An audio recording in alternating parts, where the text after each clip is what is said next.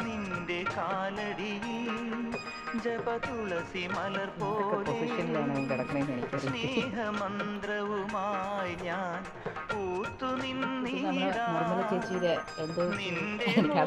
തപസ്സിൽ നിന്നും നീ ഉണർന്നാലേ